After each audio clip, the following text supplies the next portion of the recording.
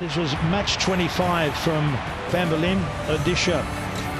Well, they were desperate to get away from the sellers of the Hero Indian Super League in 10th position, just above SC East Bengal. So the way it started for them, they were under a lot of pressure because they just did not have enough of the ball.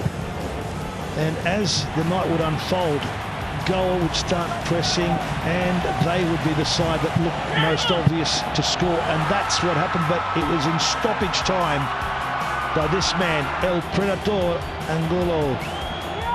Clear leader in the goal scoring ranks now in Hero Indian Super League, but Cherry popped up twice in the second half for headers at the other end.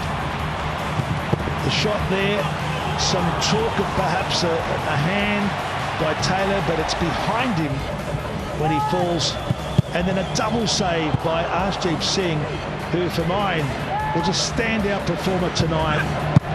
This is what he was doing time and time again. He's pulled off at least 5 or 6 saves, and that's why it stayed at 1-0 in so many ways. But Odisha could have stolen it too in terms of getting an equaliser, but here it looked like there might have been a hand against Trapp, but it wasn't the case. The referee well positioned, and in the end, Arsteve saves a deflection.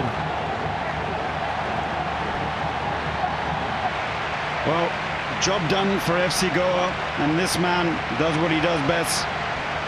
6 goals and counting. And this man has been very, very unlucky. You can see that dejection on his face, and he's the reason why he hasn't managed to add his name to the score sheet. On any other day, probably could have been a hat-trick. Keeper was fantastic, and I think the defensive organisation in the first half was brilliant. It's that one moment lapse, and that's how cruel this game can be.